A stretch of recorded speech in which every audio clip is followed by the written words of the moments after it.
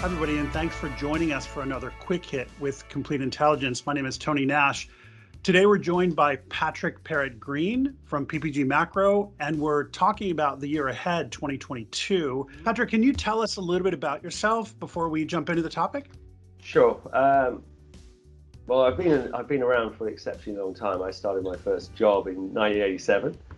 I've worked in research, then as a rates trader for a long period of time, and that included stints within bank treasury operations, running, so you really get an insight of how bank balance sheets work. And then I've come back and I've worked to run strategy for Citi, for rates and FX in Asia at one point, worked out in Sydney as well. And I, in the past 5 years now, have basically been focused on just going back to the global macro environment. And having worked out in Asia, really from 2010, I just thought, right, I really need to get on top of China. We've done G7 for years. We always say, get US right, you get everything else right. But now, from then, it really became very clear that you need to get China right as well. And you get China right, you get EM and Asia right. Absolutely.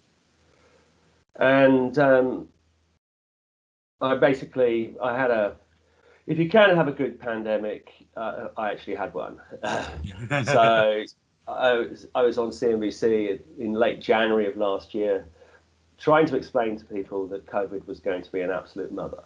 And these two female anchors looked at me and they're about to call for the men in white coats. And I'm an economic historian by background, so I did a lot of stuff on wartime economies. And I was trying to explain to people that we were going to have a kitchen sink approach, no rules approach, that all convention was going to fly out the window. And while the likes of Morgan Stanley and Goldman Sachs were saying, even in the middle of February, it'll be a $500 billion hit to global GDP. I think that's what it's cost the UK on its own. I was saying, no, we're going to zero. We're not going to wait around for the Fed. It's all going to happen. Anyway, so on the back of that, I had some clients who did extremely well. Right. And basically sort of sponsored me to set up my own business and go solo. So I've been solo now for just a year, me and my Bloomberg. And and here we are. So fantastic. Congratulations on that. Before we get into the topic, if you're watching, if you could follow us on YouTube, we'd really appreciate it. That obviously helps with our reach and other things. So Patrick, you've gotten not only the COVID call, you've gotten a lot of inflation calls, right, through the pandemic. And as we wrap out 2021, I guess what I'd really like to know is, what are you thinking about right now? And then how does that set the stage for your view on 2022? Well, there's a whole load of multiple issues. So I was re-watching Powell's Q&A this morning. And clearly there is the energy side of things, there is the goods side of things, the demand for goods. And they are responsible for big chunks. And I was quite surprised by the ECB's massive upward revision for inflation for 2022 in the press conference earlier on today. But base effects are very powerful. So we always knew we were going to get, peak base effects were going to come in around October, November time. Oil averaged, or WTI averaged below about 39, 40 bucks last October, November. Election, and by January we were up to, or early February we were into the 60s or early 60s. So energy has that base effect will tumble out quite dramatically. I also think that the durable goods effect is also going to tumble out dramatically. We've had record purchases, but I remember joking with people last year. It was about the middle of last year, and I was saying, I was just as an experiment going on eBay and seeing what I could pick a Peloton up for.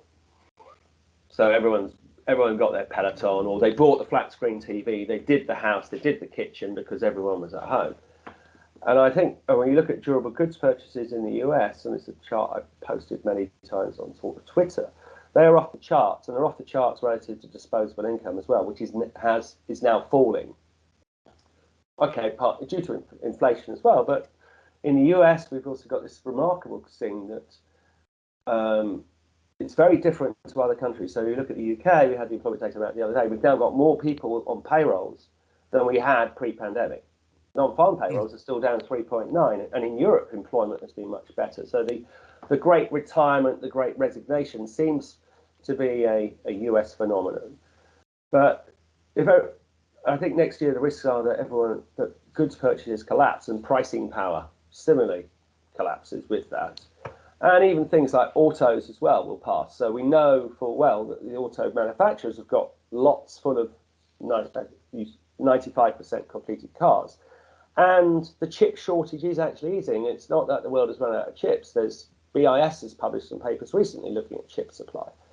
So these supply chain disruptions are going through. Yes, there's still log jams with ports in the US, but in Asia, around Singapore, they've largely cleared. I mean, inter-Asia trade, yeah, you've still got subject to various still pandemic risks, of problems with changing over ship crews and things like that. But overall, I think that side of things will ease down. And okay, the pandemic is a pain, but we all know that. And there's a lot of, we've got Omicron now, but there is some cause for hope. It's incredibly infectious, but all the people I know have got it.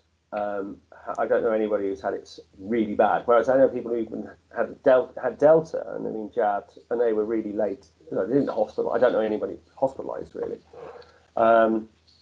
But could this be like a bit of a bushfire?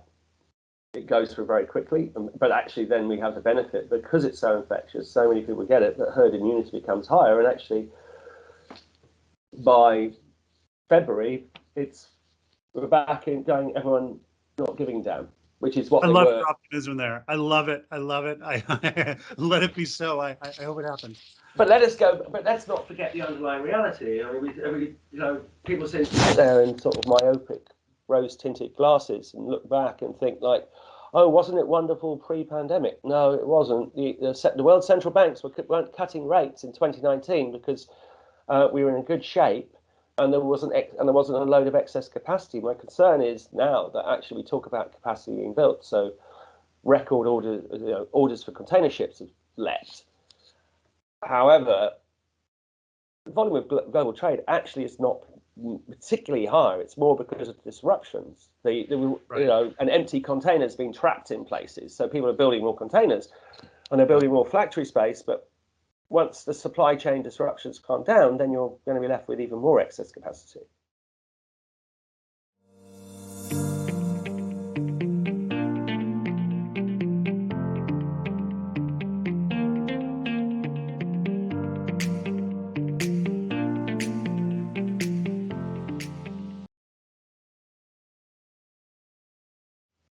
Right. Well, it's the other side of letting all those old container ships and bulk carriers retire in kind of 2011 to 15, right? It's come full circle. Part of that as well, yeah. So I'm still left with an image of a world that, well, compared to 2020 or 2019, has more debt. It's older, and the capacity hasn't gone away. And then we've also got the geopolitics and the politics and all that sort of stuff as well. And in terms, and I watching Powell last night, I was struck by how amazingly sort of confident he was about the outlook for the US economy, to how he seemed to have lost all recollection of the effect of the last tightening cycle on what was a much healthier economy. So here we're talking about, we're going to have 150 basis points of tightening by the end of 2023. Balance, tapered. We all knew that's going to end quickly. It's going to be done by middle of March, so 10 weeks time. It's just words, Patrick. It's just words. And then they do redux. And if they start, and he admitted towards the end, that they had their first discussion about the balance sheet. So I think they'll start balance sheet reduction much sooner. But the problem is, if we look back to last time when debt was so much lower, The Fed over tightened. My reckoning was they should have only really gone to 1.75. They completely underestimated the impact of balance sheet reduction on liquidity. I did quite a lot of work on sort of the plumbing, and the irony is that the Fed is in charge of the monetary system, but they're not a very good plumber. They don't seem to actually understand how their own system works properly. So you end up with things like the repo crisis. Oh no, it's not QE. We're just buying bills, and then we're buying coupons, but it's not QE. It's just liquidity management. All these various issues. And the other aspect I think about inflation is, and there's a lot of similarities with what happened with China in 2008, 2009. So 2008, 2000, China had this, it was only a $7 trillion economy, $1 trillion of stimulus. M1 was up 40%, M2 was up 30%. And rather than normal lags of 6 to 8, 9 months, M2 growth peaked at the end of 2009, or late 2009, but inflation didn't peak until the end of 2010, early 2011. So such was the volume of stimulus that came through, it just reverberated along. It's like, you dropped a boulder in a pond. Sure. So the ripples effect just lasts for much longer. And I think that's one of the things we're seeing. But obviously, what we also are seeing is global money growth as a whole has slowed very dramatically. And even when I look at things like excess reserves or where we are now, or currency in circulation within the US, the sort of 3 to 6 month annualized rates are back down to rates that they were at pre-crisis. So the year-on-year base effects are all fading out, and ultimately, unfortunately, most central bankers aren't monetarists. They seem to have banned monetary economics. Fed scrapped it. Greenspan scrapped M3 in the US, and he's a great sinner as far as I'm concerned. So when do you see this stuff really taking hold? Is it kind of mid 22 or? Sort of second quarter, it really picks in. Okay.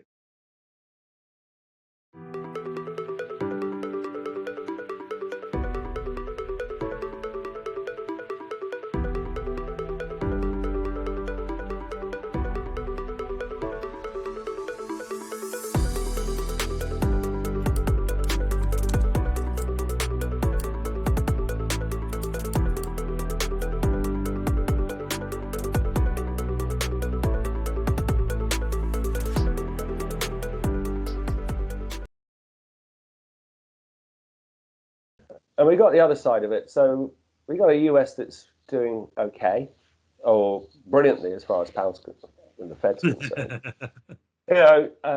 Europe that actually is doing all right as well. I mean, everyone's got a perpetual downer on Europe, but I think Europe could be the surprise next year. And we got China, which is everyone still gets on this sugar high. Oh, they're doing stimulus. And I keep on trying to explain to people, it's not stimulus. This is dialysis. That's a great statement. And we know that. Well, I think I've had a long-term view on China, and it really goes back to sort of 2014, once Xi really took control, got rid of all the rivals, started centralizing the power. And there's a long-term rationale behind that. So yes, in terms of the Chinese are great at some long-term thinking. In other ways, I describe them to people as like, China's like a linebacker. It's like he's like 250 pounds. He's 6'6" tall, but unfortunately, he's got the brain of an 18-year-old. I think the latter is more accurate, actually. And I think you're right. So with that in mind, as we move from inflation to say another obvious kind of what's ahead for 22, what do you see for China in 22? Do you see, ongoing stimulus? Do you see a roaring Chinese economy? What does China look like for you in 2022? The interesting one is that we look at all the everything that's come out of the recent Central Economic Forum, a week, all the gatherings, the PBOC, and the whole emphasis is on stability. So about none of this grandiose stuff about we're going to be strong. It's about stability. And this think tank, big article in the South China Morning Post, which is owned by Alibaba, which is effectively controlled by the state nowadays. So there's the G40 Economic Council, whatever they are, think tank. But there's an ex-PBOC governor, a deputy governor on it as well. A big article, and remember, nothing is allowed, nothing is said unless it's approved. So they were talking about monetary and fiscal stimulus next year, and by that, moderately lower interest rates, central government stimulus, because it can't come from local governments because they're bankrupt and they're not getting the land sales revenue, and they won't because of the collapse of the real estate sector as a whole. That's an important point, though. Just if you don't mind holding on the SCMP article for a second, I see people on social media say all the time, well, local governments will always come in with stimulus, but from where? I don't understand this fallacy that local governments can always come in with stimulus. Well, no, they can't, because I think even Goldman come out and say that local governments have got hidden debt of about 40 trillion CNY.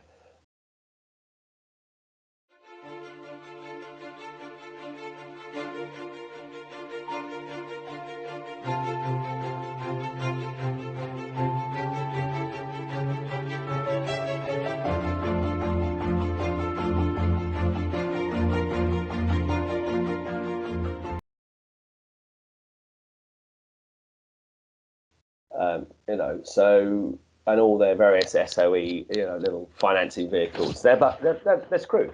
I mean, they don't have the money, but actually it suits. But over time, over the past few years, what we've seen is greater and greater central control come on them anyway. They're more and more dependent on central government for the expenditure. And the rationale comes to this because I think the regime has always recognised that the debt, we'll keep playing the game of Jenga, is unsustainable. Right. And therefore, we had to get to a point where we're going to take some pain. So if you look back at what Xi's been talking about over the past few years, it's all about struggle, the long march. I mean, this is like really getting in that, that is the story of China. He conveniently forgets to mention that the Long March was actually really a long retreat, and that basically hardly anybody who started it survived, but that's conveniently ignored. But there is this centralization of power because they know that things have to be dealt with, and there's a potential for trouble. So you become a super authoritarian, super, look at all the moves about data. It's all about the Chinese government having much more control, much more visibility, a greater ability to snuff out any sort of signs of opposition at the very earliest time. But my worry there is that China actually, I think, is becoming fairly brittle, meaning the Chinese government is becoming fairly brittle. Under previous regimes, you had a fair bit of flexibility where you had the different levels, not with a lot of autonomy, but with a fair bit of autonomy. Now you have a huge amount of centralization, and that creates a fairly brittle government, both economically and politically. I'm not saying it's necessarily going to break, but I do worry about what they're creating. Well, I agree with you. I mean, I basically, I managed to sneak it past my then investment bank employees when I came out. 2014, I wrote about the Stalinization of Chairman Xi. So we have this centralization of power in one man. But then you also get that fear of, it's like Tsarist Russia, nobody wants to be the bearer of bad news. So you had African swine fever, everyone covered it up, which was one of my concerns about COVID, because like we saw in Wuhan, local police shut up the doctors on New Year, on the 1st of January. And similarly, so you have this culture that of paralysis. So like Xi, even pre-crisis, Xi comes out and said, we need to reduce coal-fired power stations. So good party figures, party chiefs, local party chiefs. Of course. Oh, we'll shut it down, and then they realise actually we haven't got anything to heat the homes or the schools. Oh, by the way, then we have to divide the energy from the gas from the aluminium smelters to actually do that. So you get this sort of. Whereas if you look back to China under Deng and other leaders, it's China sort of thrived on its basically brown envelope culture. We just get it done. Ignore central government. Okay, but at the same time, we are putting loads of cadmium into the ground and killing ourselves. But so be it. So when you look at what's happening in China domestically with the economy and with the political structure, I'm also curious about their outward political projection. And I do worry about Northeast Asia, not just China, but Japan, Korea, Taiwan.